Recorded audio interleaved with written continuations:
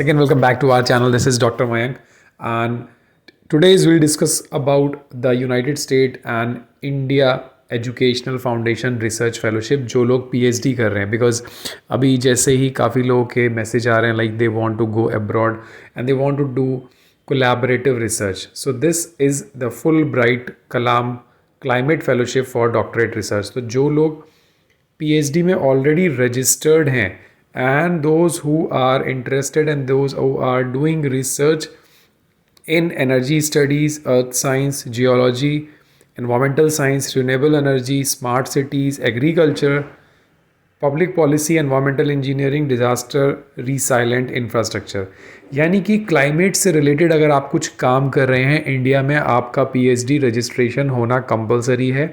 और फिर आप यूएस में उस लैब में जाके ये फेलोशिप ले सकते हैं.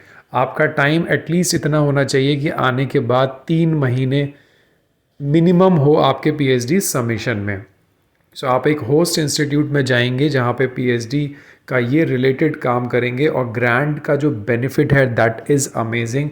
इसके अंदर J1 वीज़ा सपोर्ट मिलेगा, मंथली स्टाइफंड मिलेगा, एक्सीडेंटल यानी हेल्थ इंश्योरेंस आपका पूरा रहेगा, round trip economy air class air travel मिलेगा, एप्लीकेबल अलाउंसेस हैं, मॉडेस्ट एप्लीकेशन फ़ीस है. मतलब आपको कुछ भी नहीं लगाना और ग्रांट आपको मिलेगा, फुल ग्रांट मिलेगा. तो मेन एलिजिबिलिटी क्या है? You must be a registered PhD scholar in India. Got it.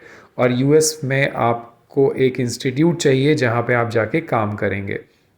So this is full bright Kalam grant. एक फेलोशिप एक ही टाइम में आप ले सकते हैं. इनका एक नेहरू ग्रांट भी आता है, तो आप दोनों नहीं अप्लाई कर सकते, ईदर दिस और दैट. ओके.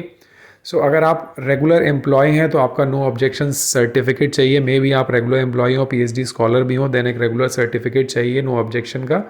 और उसके बाद जो एप्लीकेशंस के रिक्वायरमेंट है, पूरा फुल एप्लीकेशन सबमिट करना है with some proposal and applicant checklist है, applicant instructions है. So if you are really interested then go through it. These are one of the best international collaborations. Application deadline बहुत अच्छी है. आप 1 महीने में कहीं भी यूएस के किसी लैब में जो आपसे सुटेबल हो वहाँ से कम्युनिकेशन करके कंसेंट ले सकते हैं. अगर आपको कंसेंट लेने का मेथड नहीं समझ में आ रहा है then you can contact me. Telegram group join कर लीजिए.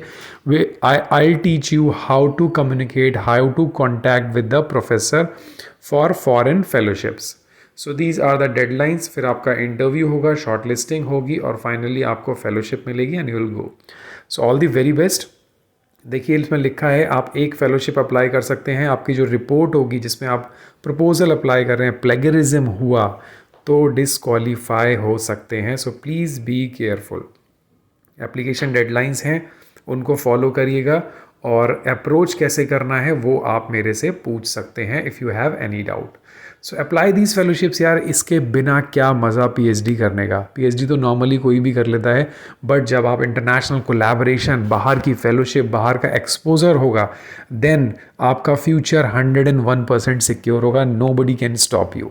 सो thank you for watching. Do not forget to subscribe the channel, hit the like button. Telegram group ज़रूर ज्वाइन कर लेना.